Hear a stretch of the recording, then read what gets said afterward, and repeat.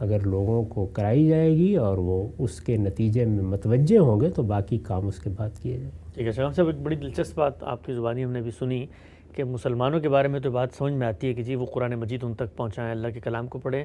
آپ نے فرمایا غیر مسلموں کو بھی قرآن دیا جائے گا۔ ہمارے یہاں جو بالعموم تصور ہے غیر مسلموں میں دعوت کا، وہ تو یہی ہے کہ جی دعویٰ لٹریچر آپ نے ترتیب دینا ہے، ان کو انسپائر کرنا ہے۔ اسی طریقے سے وہ کیوں پڑھیں گے قرآن مجید، اور اگر پڑھ بھی لیں تو ان کو تو سمجھ میں نہیں آئے گا کہ یہ کیا چیزیں کیا باتیں ہو رہی ہیں یہاں پہ۔ تو ضروری ہے کہ ہم لوگ پہلے دین کا ایک مثبت تعارف ان کو کرائیں، ان کے دماغ میں اگر کوئی اشکال ہے، شبہ ہے دین کے حوالے سے، اس کو دور کریں، تب کسی وقت اس کو قرآن کی احتیاج ہوگی تو قرآن بھی اس کو پکڑا دیں گے۔ کیونکہ قرآن اگر ہم نے دے بھی دیا تو قرآن کیا کرے گا، وہ تو ہمیں ان کو پہلے دین سمجھانا پڑے گا نا۔ یہ ترتیب بالکل غلط بیان کی گئی ہے، ایسے نہیں ہوگا۔ ہمارا کام یہ ہے کہ ہم قرآن مجید کا تعارف کرائیں، دین کا نہیں، قرآن مجید کا۔ یہ بتائیں کہ یہ کتاب ہمارے پاس ہے، اس کتاب کے بارے میں ہم یہ کہتے ہیں اور ہمارے پاس اس کی گواہی موجود ہے کہ اللہ کے آخری پیغمبر کی دی ہوئی کتاب ہے۔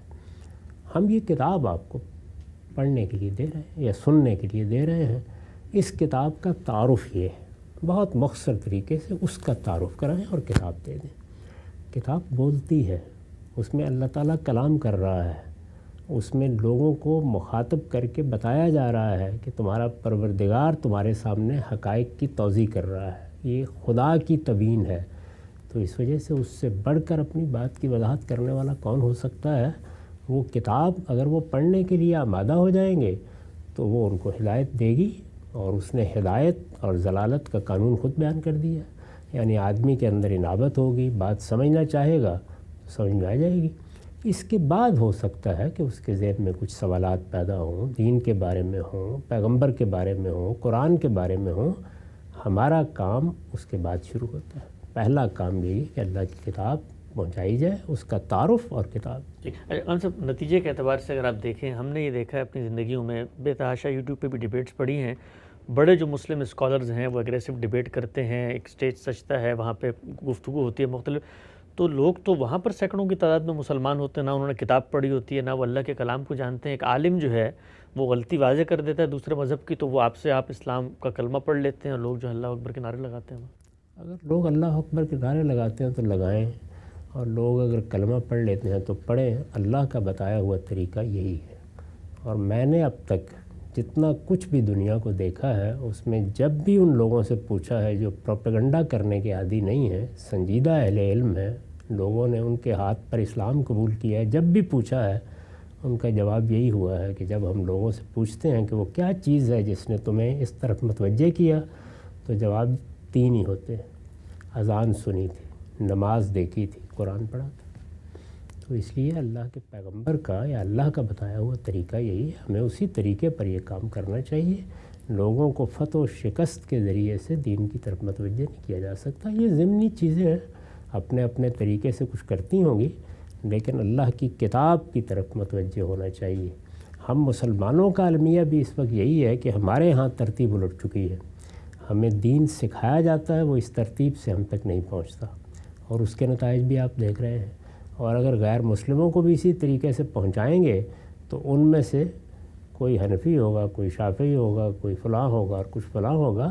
اللہ کی کتاب کی ترتیب سے بات پہنچنی چاہیے، اور وہ یہی ہے کہ اللہ کی کتاب کو لوگوں کے سامنے رکھیں، اس کا تعارف کرائیں۔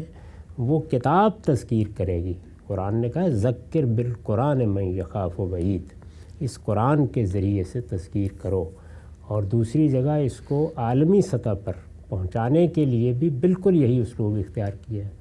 قل اوحی الی ھذا القرآن لانذرکم بہ ومن بلغ، اے پیغمبر ان سے کہو کہ یہ قرآن میری طرف وحی کیا گیا ہے اور مجھے ہدایت کی گئی ہے کہ میں اس کے ذریعے سے تمہیں انذار کروں اور ان سب کو بھی یہی انذار کرے جو قیامت تک دنیا میں آتے رہیں گے۔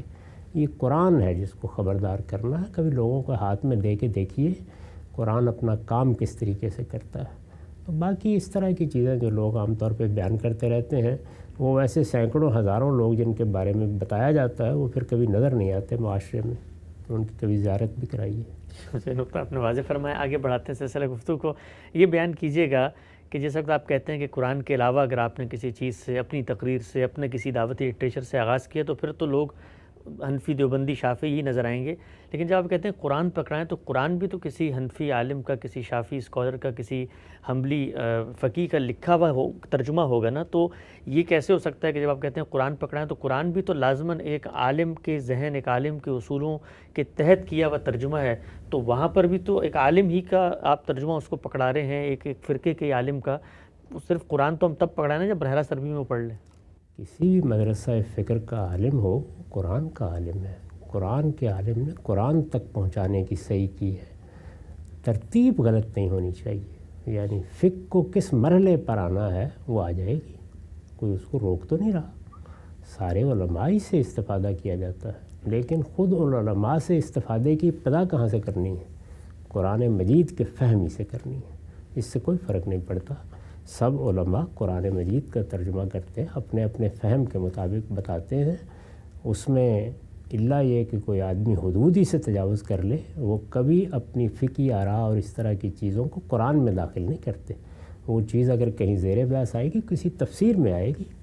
میرے نزدیک تو قرآن مجید بغیر کسی تفسیر کے سادہ ترجمہ، عربی زبان جو لوگ جانتے ہیں ان تک عربی زبان میں، اور جو نہیں جانتے ان تک ان کی زبان میں اس کا ترجمہ پہنچانا چاہیے.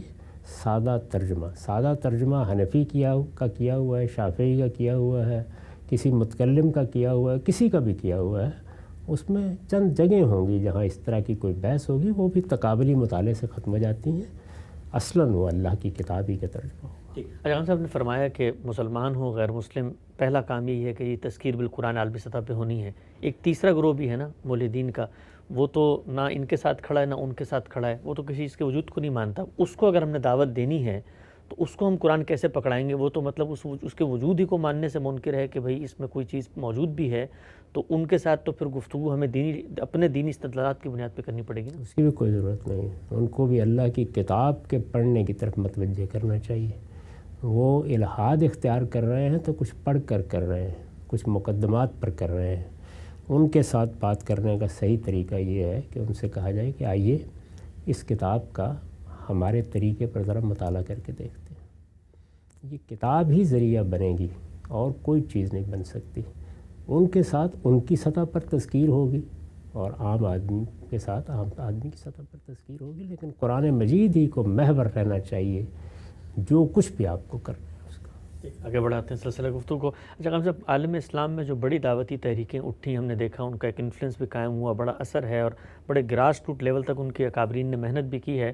وہاں پر جو لٹریچر دیا جاتا ہے، کہا جاتا ہے کہ وہ اصل میں قرآن ہی سے مستنبط ہے، قرآن مجید ہی کے مطالعے کے نتیجے میں جو کچھ علماء نے اپنا فہم سمجھا ہے اس کے مطابق کچھ 6 نمبر مرتب کر دیے ہیں، کچھ فضائل اعمال مرتب کر دی ہے، تاکہ لوگوں کو پریسائز براہ راست ڈائریکٹ طور پہ دعوت دے دی جائے.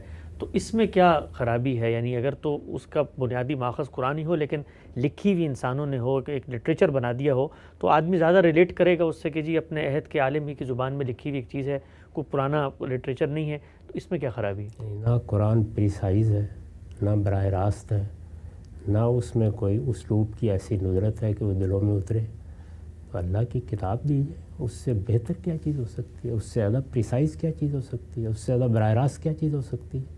یعنی ایک شخص براہ راست اس پروردگار کی بات سنے گا جس پر ایمان کی آپ دعوت دے رہے ہیں، اس سے بڑی چیز کیا ہو سکتی ہے؟ یہ دوسرے درجے کی چیزیں ہیں. یعنی جب قرآن متوجہ کر لے گا تو ہر انسان کے ذہن میں کچھ سوالات پیدا ہوتے ہیں، وہ کچھ چیزیں سمجھنا چاہتا ہے، کچھ چیزوں پر غور کرنا چاہتا ہے.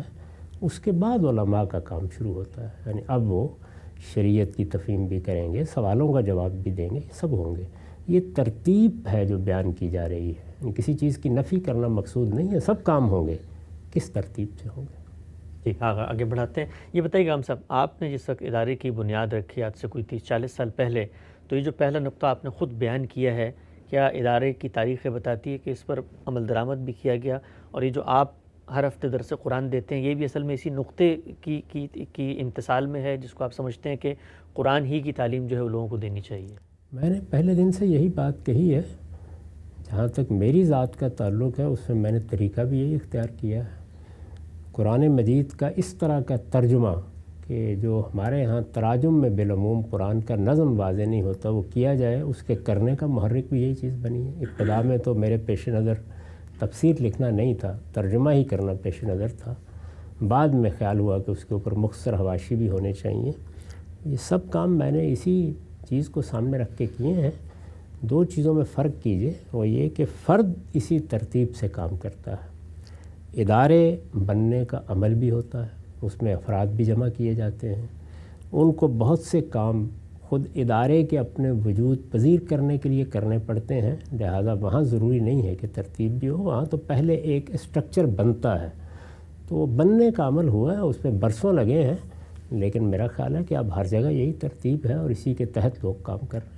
ٹھیک، اچھا ہم صاحب، اگر مثال کے طور پہ یہ جو ادارے آپ نے بنائے اور ادارے کی بنیاد میں آپ نے مقاصد لکھے اور اس میں لکھا پہلا نقطہ یہ ہے، کوئی ادارہ یہ محسوس کرے کہ نہیں ہماری پرائیورٹی کوئی اور ہونی چاہیے، تو کیا اب اس پہ لازم ہے کہ نہیں وہ پہلے تذکیر بالقرآن کا کام کرے گا اور اس کے بعد اس نے کوئی دوسرا کام کرنا جو آگے آپ نے بیان کیے ہیں، یا اس میں جو ترتیب ہے وہ ترتیب ہمیشہ مقدم رہے گی، اداروں کو بھی اپنی ترجیحات اسی پہلے نقطے کو سب سے پہلے بنانا ہے؟ دیکھیے، ضرورتیں تو ہر سطح کی پیدا ہو چکی ہوتی ہیں نا، یعنی کچھ لوگ وہ ہیں کہ جن کو پہلی مرتبہ تعارف ہونا ہے، ان کے لیے تذکیر بالقرآن ہے، کچھ لوگ وہ ہیں جو اس مرحلے سے گزر چکے ہیں، ان کے لیے تعلیم تحقیق کے دوسرے پہلو موجود ہیں۔ تو ایسا تو نہیں ہے نا کہ سارے انسان کسی ایک جگہ غار میں بند ہیں اور وہاں شروع کرنا ہے آپ نے۔ مطلب یہ ہے کہ جب آپ دعوت پہنچانے کی ابتدا کریں کسی شخص کو یا لوگوں کو، تو اس میں ابتدا قرآن کی تذکیر سے ہونی چاہیے، لیکن جو لوگ اس مرحلے سے گزر چکے ہیں ان کی ضرورتیں ہی پوری ہوں گی، وہ تعلیم کی، تعلم کی، تربیت کی دسیوں ضرورتیں۔ ٹھیک، آخری نقطہ غام صاحب آج کی نشست کا یہ بتائیے گا کہ آپ نے دین پر غور و فکر کے اصول مرتب کیے ہیں، مبادی تدبر قرآن کے عنوان سے بھی ہیں کہ قرآن مجید پر غور و فکر کیسے ہوگا۔ کوئی صاحب علم مثال کے طور پہ ان اصولوں سے اتفاق نہیں کرتا اور قرآن کا ترجمہ کرتا ہے، تو کیا اس ترجمے کو بھی ہمارا ادارہ، یعنی جو آپ کا بنایا ہوا ادارہ ہے جس کے اصول و ضوابط ہم گفتگو کر رہے ہیں، اس کو آگے پہنچانا چاہیے ہے، یا ادارے کے لوگ، انتظامیہ اس چیز کی پابند ہے کہ وہ انہی اصول و مبادی کے تحت کیے ہوئے تراجم کا رخ کرے گی، باقی تراجم کا نہیں کرے گی؟ دیکھیے، وہ اصول و مبادی تو یہاں ہونے والے کام کے لیے ہیں، باقی رہ گئی یہ بات کہ مختلف اہل علم سے استفادہ کرنا ہے، اس کا دروازہ اس ادارے کے لیے کبھی بند نہیں ہوا۔ میں نے تو ہمیشہ یہ کہا ہے کہ پورا دبستان شبلی اصل میں اس ادارے کے اکابر ہیں، اور ان میں سے جن لوگوں نے بھی قرآن مجید کی کوئی خدمت کی ہے اس سے استفادہ کریں، لوگوں تک پہنچائیں۔ میں نے گزارش کر دی کہ قرآن کی حد تک معاملے کی نوعیت یہ نہیں ہے، بہتر سے بہتر کا سفر ہے، ورنہ وہ قرآن ہی کا ترجمہ کیا جا رہا ہے، قرآن ہی پہنچایا جا رہا ہے، اور یہ بہتر سے بہتر کا سفر تو کہیں نہیں رک سکتا۔